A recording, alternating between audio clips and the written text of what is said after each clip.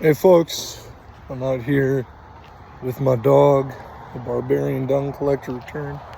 There she is. Here to talk to you about Quillicallian. I made come on, let's go pee pee. I made another video, talked about El Psalm, specifically in like how to use her in games and role play her in scenes and whatnot. Got some cool feedback on that video. People seem to like it. So moving on to Quillicallian.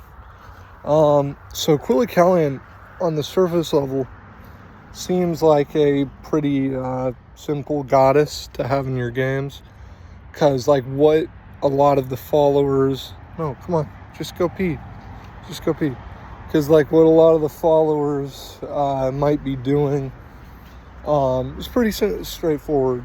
She's the goddess of farming, of agriculture, of vegetables, all that. But that does not always lend itself to an easy understanding of what her agenda might be, or what or how she might act when meeting you, or what she might want, or how to use her to sort of forward the story as a protagonist, or perhaps as an antagonistic divinity, as she does not like trolls, she does not like orcs, she does not like magi, so there's a fair share of, if you want her to be a bad guy, a fair share of options. But anyway, jumping right into it. So dominion-wise, she is the farm goddess. Velex covers some agrarian things, such as the harvest. No, stop it, just go pee. Gosh. Velex covers a few things, such as the harvest, pumpkins, rural communities, all that. But the basic act of farming, even if aspects of it may relate to other divinities, belongs to Quillicallian. Daisy, come on. No, go pee. So farming, and then like vegetation, and agriculture. Not just farming, by the way, because agriculture is pretty broad.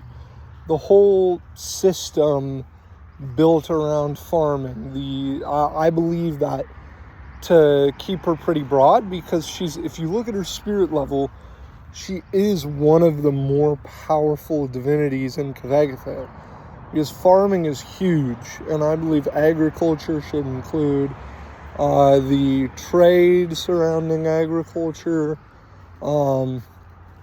the sort of systems around it, maybe not rural communities, as that's more of a Lex, but a lot of stuff. Bear in mind that even many of Quillicallian's quote-unquote enemies depend on her. She may be in the court of freedom, but Helena is not going after, the food source anytime soon.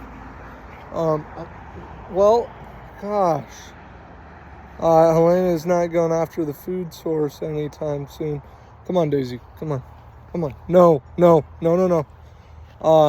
Because, if you want to have this big orderly society, you want to have cities like Pelgan builds, you want to have the constabulary under Aulus, you want to have the big sort of markets. Good girl, Daisy, good girl. You want to have all that. You need food. And what's the number one way to have a reliable source of food in a world like Quillicallian? Farming, agriculture, livestock, vegetation, which vegetation is for most species an even bigger deal than, say, livestock, because it's, first of all, often more reliable, and second of all, it tends to be a larger part of the diet. You need bread, you need corn, They need all this stuff in bulk to have a thriving society. So Quillicallian, no matter who her enemies may be, unless we're talking about the trolls or the forces of darkness, but other than that, nobody's going to go after her. And that's the great thing to kind of understand. They may oppress her, they may tax her people, they may take pot shots at her, and they'll certainly do that a lot, but they're not going to actively try to destroy this goddess or her church.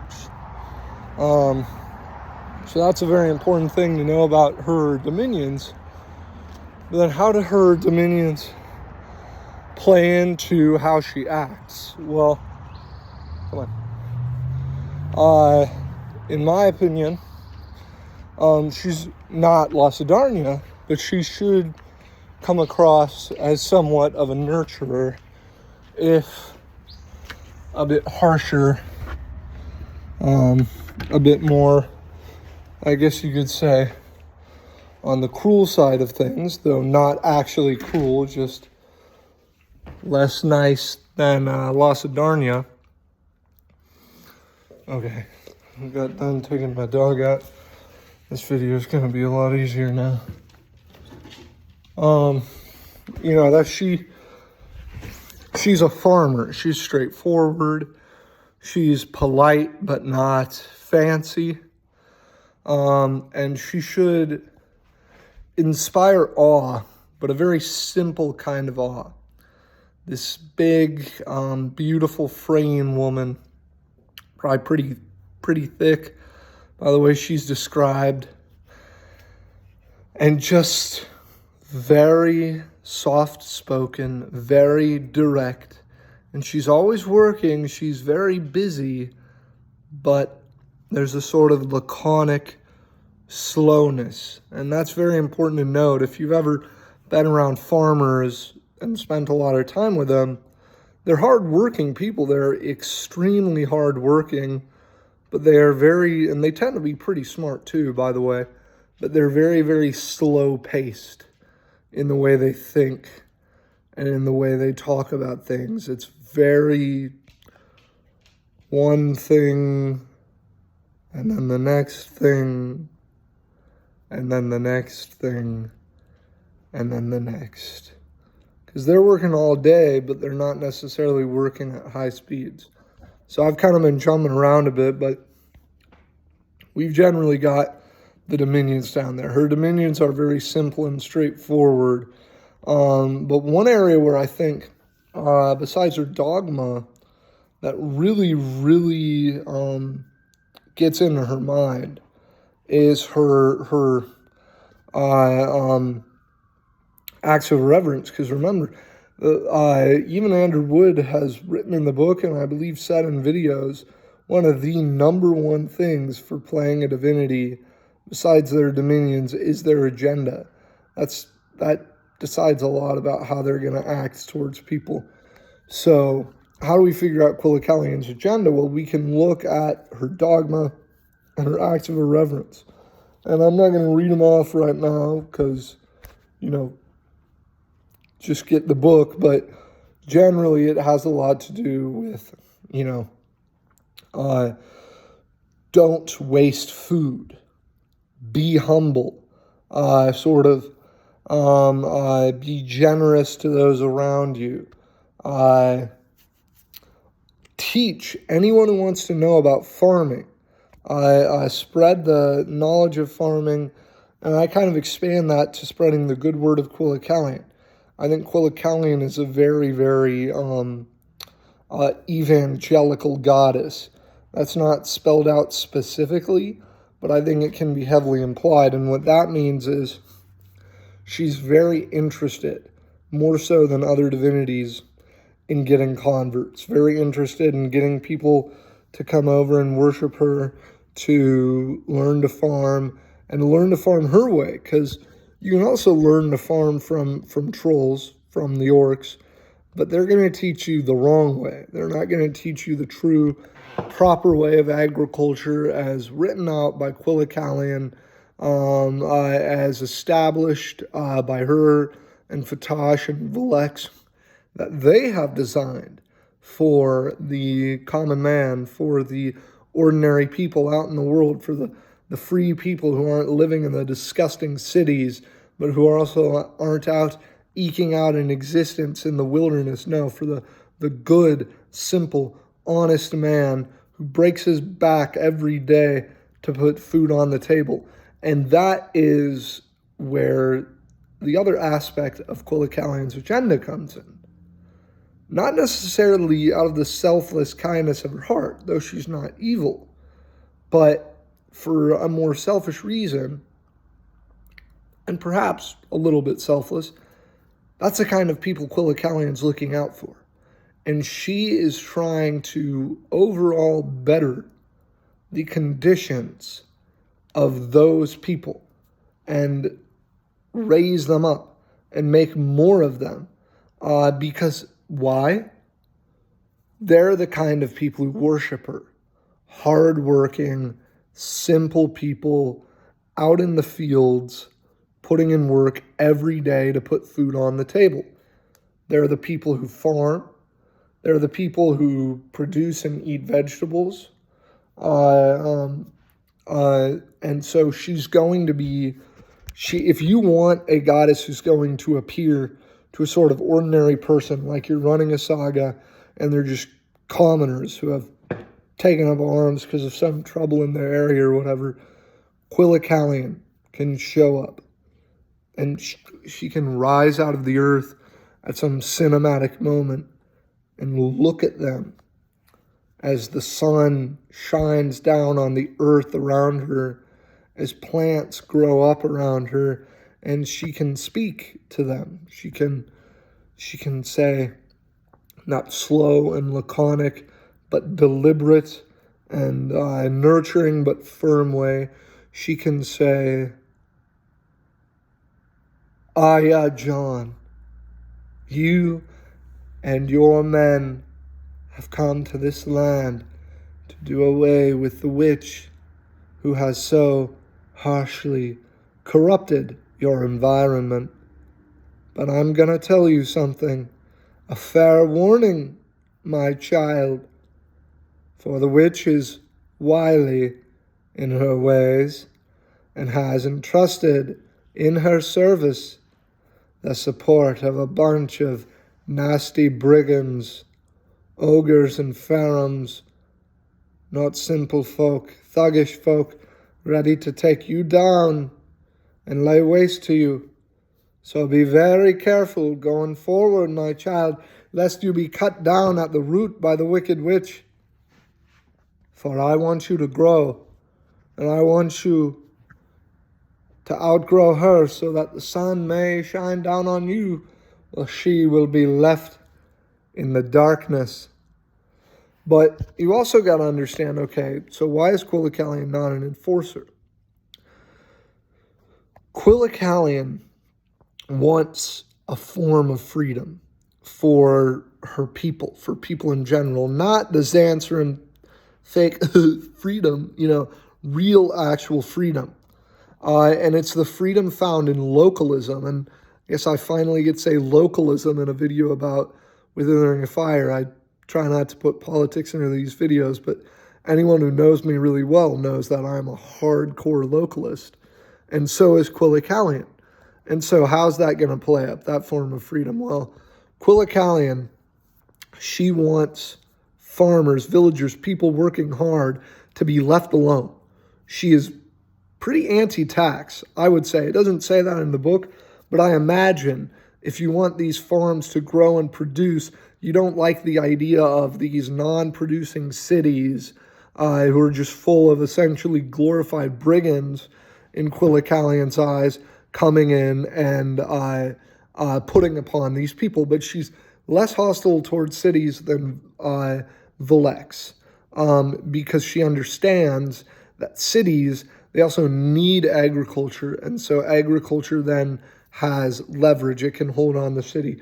So she wants farming communities not to have the freedom Volex wants them to have, which is the freedom to be totally disconnected from the greedy, corrupt, polluted cities. No, Quillicallian wants farming communities, wants agriculture, wants farmers to have the freedom inherent in leverage, to have power in their lives, to be able to say, well, when the Baelish tax collector comes by, well, Mr. Tax Collector, don't get me wrong, I support you and the king all the way, but if you want my carrots, if you want 20% of my produce, I do believe we have been very troubled by a group of brigands recently, and there has not been much done about it.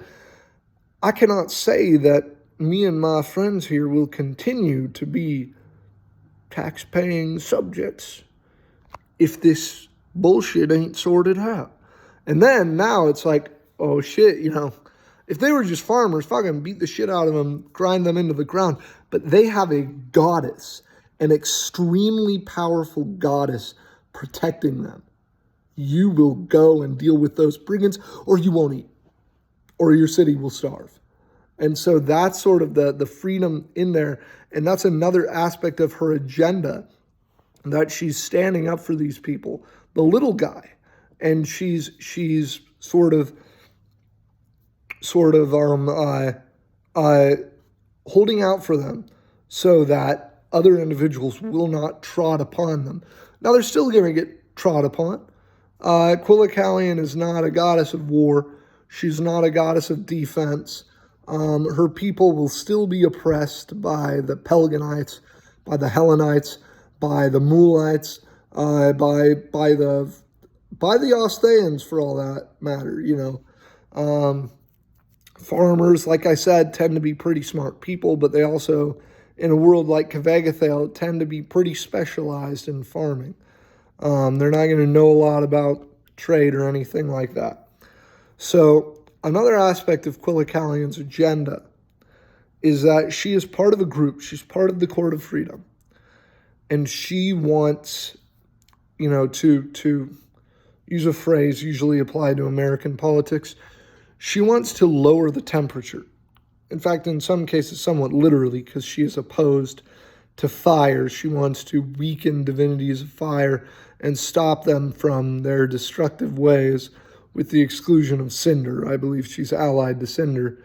But more metaphorically, she wants there to be sort of less of this tyranny, less of this violence, less of this war and brutality in the world, because that grinds a halt to her system, to her ecosystem, to her men and women working in the fields, growing plants, focusing hard on producing something good and just going day by day.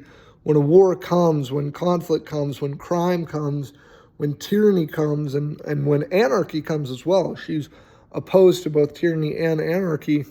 When all these things come, it shakes everything up in a way that she most certainly does not like, and everything heats up, and then there's no farming, there's no planting. So she is a very anti-war goddess, an anti-conflict goddess, an anti-crime goddess, an anti-tyranny goddess, and an anti-anarchy goddess. So she is going to be there sort of reaching out to the simple people caught in the middle, and she's going to be giving them these quests, these simple directives of go to the king, speak to him of his pointless war, do not fear his retribution, hold up this holy golden symbol of the corn, my symbol, the symbol of she who feeds the masses and ensures that the king's kingdom can survive. Show him that symbol, and he will know as you speak to him of what he is doing. And if he does not listen, if he continues to burn the earth and waste his peasants, my peasants, on this pointless war, then ye shall come back to me. Ye shall come back to the fields, and we shall build a fence, and ye and those with ye shall be protected from this wickedness. And so it's also, I really like that voice for just very mild accent.